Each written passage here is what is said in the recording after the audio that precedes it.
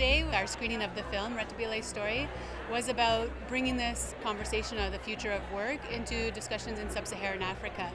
And it was a great opportunity to bring together academics, researchers, buyers, NGOs, in the context of a film, which is not really often done in this setting. So I think it was quite meaningful. I was hired January 2006. The conditions wasn't good at all. Everything was bad, even the management. They didn't know the laws, even us as workers, we didn't know our rights. I think it's very important that people came to watch the movie on Rethabile story, which is a reflection of what is happening in the textile and clothing industry in Lesotho. And not only in Lesotho, by the way, in most countries in Southern Africa, we are having some of the challenges that the other workers are facing in this industry. So the film was there to show the living conditions of workers, the working conditions, which include poor social security standards, poor housing standards, poor health standards.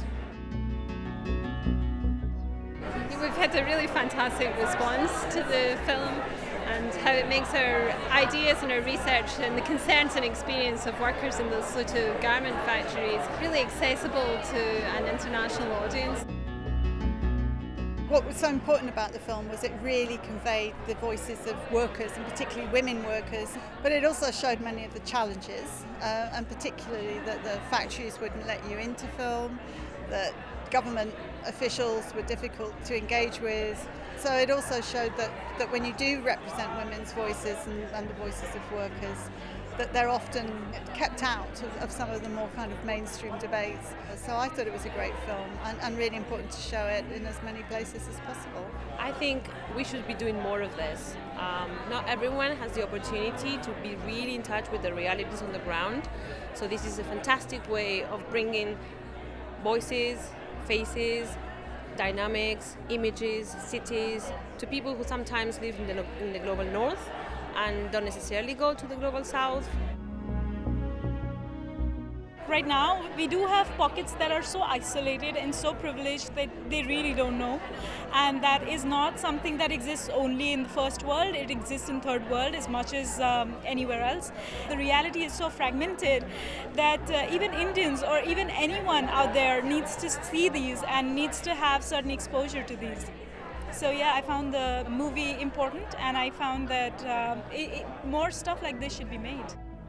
Ha be ke tla ngwana ka hana le bothata sekolong bothata bo ba ha ke tla lo botseba mantsibua ha ke chaisa hobane jwale ke sa dumelle ho arabela cell phone ka mosebetsing.